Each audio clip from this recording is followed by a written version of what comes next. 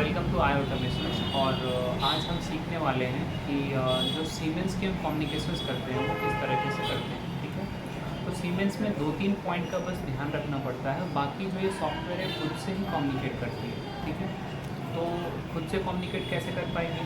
तो ये ईथरनेट जो TCP IP है हमारा, जो RJ45 है हमारे पास, और ईथरनेट केबल्स हैं, तो उनका ही यूज़ यहाँ पे कम्युनिकेशंस के लिए मैक्सिमम टाइम किया जाता है। ओके, तो अब समझते हैं कि जो हम ध्यान रखने वाली चीज़ है वो क्या है। तो चलिए हम सीमेंस के PLCs पे चलते हैं और वहाँ पे देखते हैं क्या चीज़ें हैं। तो ये जो है ना, यहाँ पे ये ईथरनेट पोर्ट केबल है। ओके, तो ये जो ईथरनेट है, इस ईथरनेट को जैसे आप कनेक्ट करते हैं ना, तो आपको यहाँ पे ब्लिंकिंग शो होना चाहिए।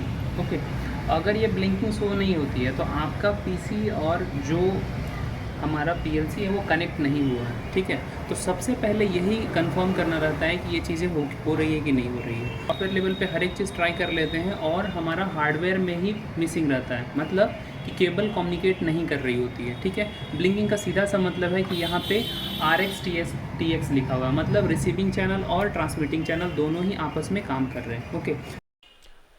ओके, तो आज हम कम्युनिकेशंस जो सीमेंस की है उसके वीडियोस में हम ये चीज़ें आपको डिलीवर कर रहे हैं कि किस तरह से हम कम्युनिकेट कर पाते हैं। ठीक है, तो कम्युनिकेशंस में सबसे पहले ये मेक श्योर करना है कि आपकी जो PLC सिमुलेटर है वो बंद होनी चाहिए, क्योंकि अब हम वर्चुअली कुछ भी चीज़ें नहीं कर रहे हैं, ऑनलाइन हो करके हम काम कर रहे हैं। ठीक है, और अब हमें मेन क्या चीज़ें किस किस पे ध्यान देना रहता है। हमने प्रोग्राम कुछ अपने पास बना करके रखा है, हमें कम्युनिकेट करनी है। ओके, मेन हमें यही ध्यान देनी है। ठीक, कम्युनिकेशंस के लिए जो आप ये चीज़ें देख रहे हैं, एक्सेसिबल डिवाइस। ओके, तो एक्सेसिबल डिवाइस से ही हर एक चीज़ें होती है। ठीक, कुछ हम इस कॉर्नर में भी आपको दिखाते हैं, सेम ऑप्शंस हैं। ठीक है, कुछ आपको शॉर्टकट मेथड जो कि एक्सेसिबल डिवाइस है यहाँ से दिखती है, और कुछ जो मेथड है वो आपका ये जो मैं इसे कर रहा हूँ ना, यहाँ पे जब आप नीचे की तरफ आते हैं तो आपको अपडेट एक्सेसिबल डिवाइस की चीज़ें आती है सामने। ठीक है, तो हम ये चीज़ें करते हैं, अपडेट एक्सेसिबल डिवाइस। ओके, तो यहाँ पे हम अप टू डेट हो रहे हैं और हम ट्राई कर रहे हैं कि क्या हमारा नोड कुछ कनेक्ट है या नहीं कनेक्ट है। ओके, तो जब हमारे पास कनेक्ट नहीं होती है तो फिर हमारे सामने जैसे ना हमारे पास PLC सिम, ठीक है, ये जो टिक मार्क दिया गया है, मतलब कि इन पे एक नोड फाइंड आउट हो रहे हैं। ठीक है, 192 समथिंग करके ये एक नोड को स्टेब्लिश कर रहे हैं। पहले ये चीज़ें की गई थी, इसके वजह से ऐसा आपको देखने को मिल रहा है।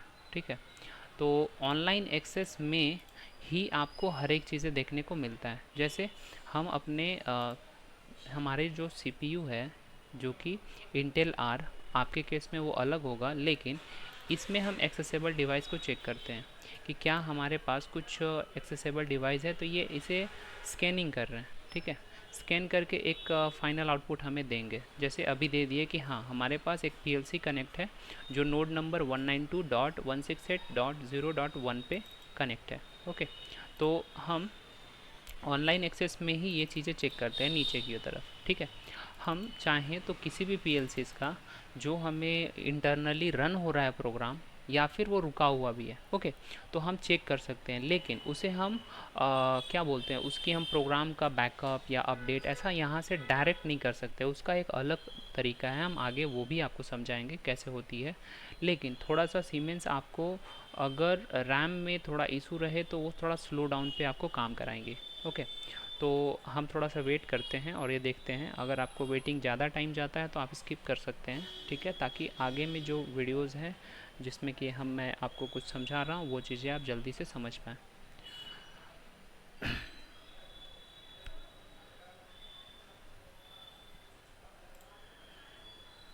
तो ये जो यहाँ पे हमने ट्राई किया, तो सबसे पहले तो हमने जो दिखाया आपको स्टार्टिंग में ही कि हमें हार्डवेयर लेवल पे जो हमने इथरनेट केबल लगा करके रखे हैं वो चीज़ें हमें कनेक्टेड चाहिए, क्योंकि अगर कनेक्ट नहीं होती है तो आपका चीज़ें होते हुए भी दिखता नहीं है।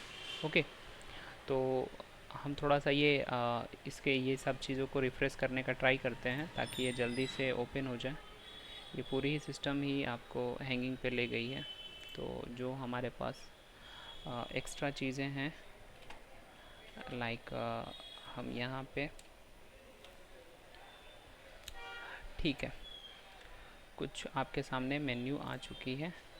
ये मेन्यू वो मेन्यू है ना जिसके अंदर आप पूरी तरह से ये डायगोनल बॉक्स है, ठीक है, डायग्नोस्टिक जो है, जब तक कि इनका जो एक लिमिटेड टाइम है, ठीक है ना, कि अगर हमें कोई डेटा भेजना है तो सपोज ये 10 सेकंड के अंदर भेजते हैं, तो 10 सेकंड तक आपका पीसी का कोई भी ऑप्शन काम नहीं करेगा। ओके, तो आपको परेशान नहीं होना है, थोड़ा टाइम लगता है और उसके बाद ये चीज़ें निकल जाती है। हाँ, ये वीडियो थोड़ा लंबा होगा, लेकिन आप ये सब चीज़ें समझ पाएंगे कि क्या होता है कम्युनिकेशंस के टाइम में। ओके, तो हम जस्ट यहाँ से निकल लेते हैं बाहर, और हमने जो बताया था एक्सेसिबल। ओके, तो आपको कभी भी, मतलब वो जो मैंने पीछे बताया ना, वो एक डिटेल इन्फो था कि वहाँ से ही, उस सेटिंग से ही हर चीज़ें होती है, आईपी एड्रेस है और कुछ, लेकिन हमको जस्ट अपने प्रोग्राम को अपलोड करना है, डाउनलोड करना है, तो ये ऑप्शन आपका यहीं से स्टार्टिंग ये आपका एक्सेसिबल डिवाइस है। कोई भी आप HMI करना चाहें तब भी आप कर पाएंगे, PLC करना चाहें तब भी कर पाएंगे। क्या सेलेक्ट करना है,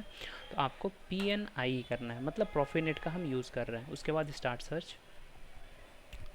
जैसे ही आप स्टार्ट सर्च लेते हैं ना, तो आपके नोड पे जो भी होंगे उनकी name, device type, PROFINET interface, फिर एड्रेस क्या है और मैक एड्रेस क्या है, ये सब चीज़ें आ जाती है। आपको 100 पे करनी है और IP एड्रेस असाइन कर देनी है, ठीक है। आप अगर इनकी ब्लिंकिंग जैसे मैंने पहले दिखाया, तो सेम वही चीज़ें आपके सामने ब्लिंकिंग होकर के दिख जाएंगी। जैसे हमें ये करके, और ये हम यहाँ पे जो है अभी ब्लिंकिंग लगाने जाएंगे, तो आप देखेंगे कि हाँ, उसी PLC के साथ ये कनेक्ट हो रही है, ठीक है। तो ये हमने अपना काम किया। ओके, हमारे पास जो फाइल है, हमने जो प्रोग्राम करके रखा है, वो PLC के नाम से रहती है। ओके, यहाँ पे ये हमने टैब लगा लिया, प्रोग्राम ब्लॉक है हमारे पास और OB है। ओके, तो मेक श्योर करना है कि आपके पास प्रोग्राम आ जाए। प्रोग्राम आएंगे तो ही आप इसे डाउनलोड कर देंगे या फिर अपलोड कर देंगे। तो अभी मैं क्या कर रहा हूँ कि प्रोग्राम को डाउनलोड कर रहा हूँ, ठीक है। हमने कनेक्शंस बना लिया यहाँ से, ठीक है।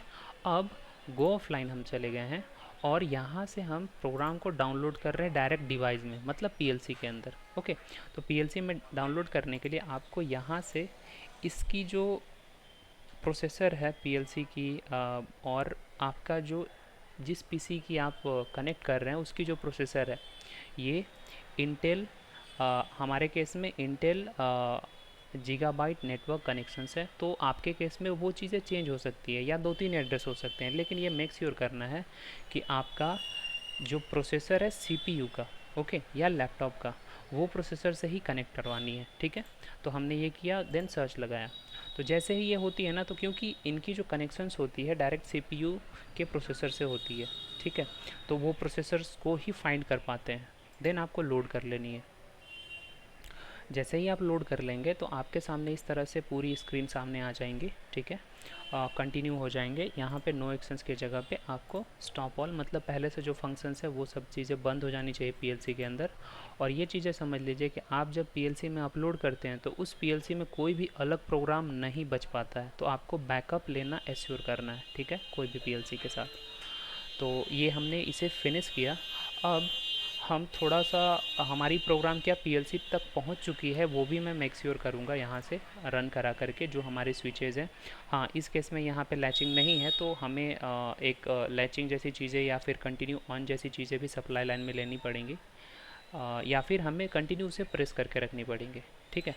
तो इस केस में हमारे लिए सिंप्लिसिटी ये है ना कि मैं इसे NC बना लूँ। NC बनाने से वो कंटिन्यू ऑन करके रखेंगे, ठीक है।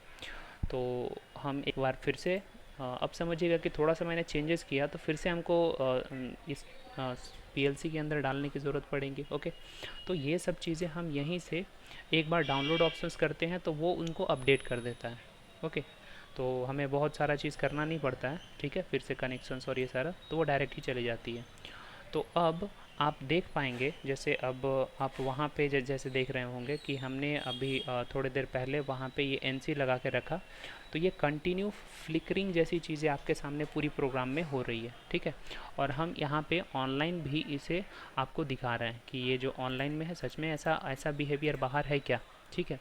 तो जो ऑनलाइन में है, ऊपर में आपको शो हो रहे होंगे, और जो मैं यहाँ स्क्रीन पे आपको दिखा पा रहा हूँ, तो दोनों एक दूसरे से सिंक हो रहे होंगे। आप देख पाते होंगे कि हाँ, ये सिंकिंग में पूरी तरह से काम कर रहे हैं। ठीक है, कि जब ऑन होता है तो ऑन आपको दिखते हैं, और जब ये ऑफ़ होते हैं तो आपको ऑफ़ दिखते हैं। तो यहाँ पे टाइमर इस तरह से इस पीएलसी के अंदर पूरी तरह से चल रहे हैं। ठीक है, तो ये हमने प्रैक्टिकल लेवल की हर एक जानकारी आपके साथ शेयर किया। अब समझना है ना कि हमारी प्रोग्राम ऑलरेडी है पीएलसी में, उसको बैकअप लेनी है। अभी हम पीएलसी के बैकअप के बारे में आपको समझाने जा रहे हैं कि सीमेंस में पीएलसी बैकअप किस तरह से ली जाती है। बहुत ही ज़्यादा ईजीएस्ट है। सबसे पहले समझे कि मैं आपके सामने ही इसे क्लोज़ कर रहा हूँ और फिर से ओपन करके बैकअप लेने के लिए आपको दिखा रहा हूँ। ओके, तो ये हमारी टिया पोर्टल है। इस टिया पोर्टल पे हम आ गए। इन्हें ओपन होने में थोड़ी टाइम लगेंगे।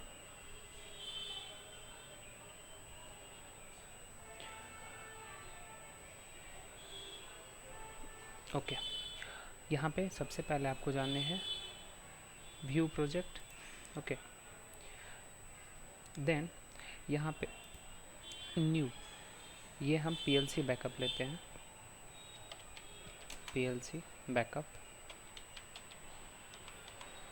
ओके, और पीएलसी बैकअप के बाद हमने यहाँ पे क्रिएट किया।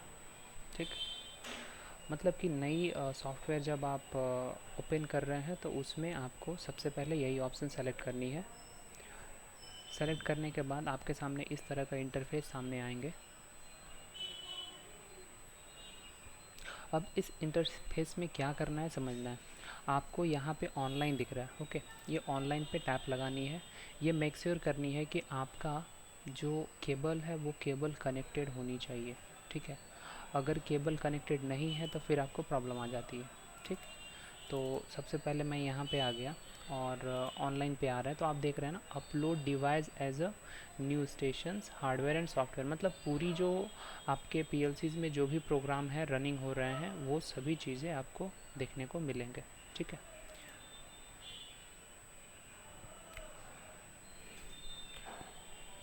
देन यहाँ पे आपको कौन से इंटरफेस से आप काम कर रहे हैं, तो इथरनेट पे मैं काम कर रहा हूँ। स्टार्ट करने हैं। ये लिटरली जो टाइम इसमें लगते हैं वो जब तक कनेक्शन स्टेब्लिश हो बस उतना ही टाइम लगता है। ठीक है, मतलब कि 1 मिनट बहुत ज़्यादा है। ठीक है, विद इन अ सेकेंड में आप बैकअप ले सकते हैं किसी भी पीएलसी का।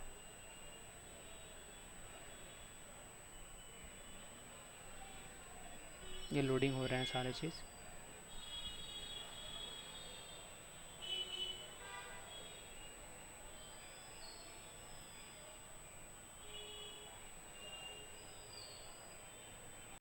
ओके, मतलब ना कि हमें जो काम करना था हमने कर दिया है, और जो इनकी प्रोसेसिंग है, सभी को डेटा को पुल आउट करने हैं और फिर सामने दिखाने हैं, वो सभी प्रोसेस इंटरनली ही चल रहे हैं। ठीक है, आपको कुछ करना नहीं है, 2 सेटिंग ही बस।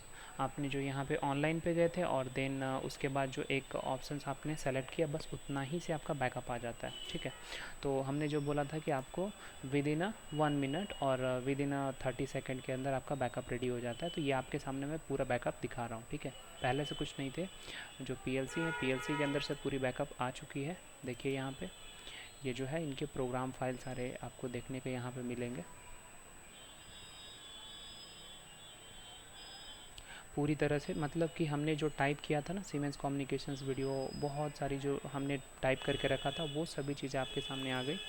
हमने डीबी के अंदर क्या लेके रखा था वो भी आपके सामने आ गई। ओके, मतलब कि हमारा जो प्रोग्राम है, टैग है, ऑल टू ऑल आपके सामने देखने को मिल जाता है। ठीक है, हमने कुछ टैग भी पीछे लिया था, हो सकता है मैंने बाद में यूज़ ना किया हो, लेकिन वो टैग भी आपको सामने देखने को मिलेगा कि हमने ये सारा चीज़ किया। तो ये रहा बैकअप। बैकअप काफ़ी आसान है, जिस तरह से आप अपलोड करते हैं उसी तरह से आप बैकअप भी लेते हैं। ठीक है, तो थैंक यू। आई होप आपको पूरी क्लियर अंडरस्टैंडिंग रही होगी। हाँ, पीछे वीडियोस में आपने जो देखा तो वो आप जो देख रहे थे कि जब हम अपलोड कर रहे हैं उस समय हम बैकअप लेने के लिए जो यहाँ पे ऑप्शंस रहती है उसका किस तरह से इस्तेमाल कर पाते हैं। ठीक है, लेकिन पूरे सिस्टम की ही बैकअप लेनी है तो बहुत आसान सा चीज़ है कि आप ऑनलाइन पे आ जाएं और आपकी जो अभी यहाँ पे थी अपलोड डिवाइस जो कि इनएक्टिव है क्योंकि हमने बैकअप ले लिया। ओके, तो ये चीज़ें करके आप ले सकते हैं। Thank you so much. आपको अच्छा लगा हो तो प्लीज़ आप सब्सक्राइब कर सकते हैं। Thank you.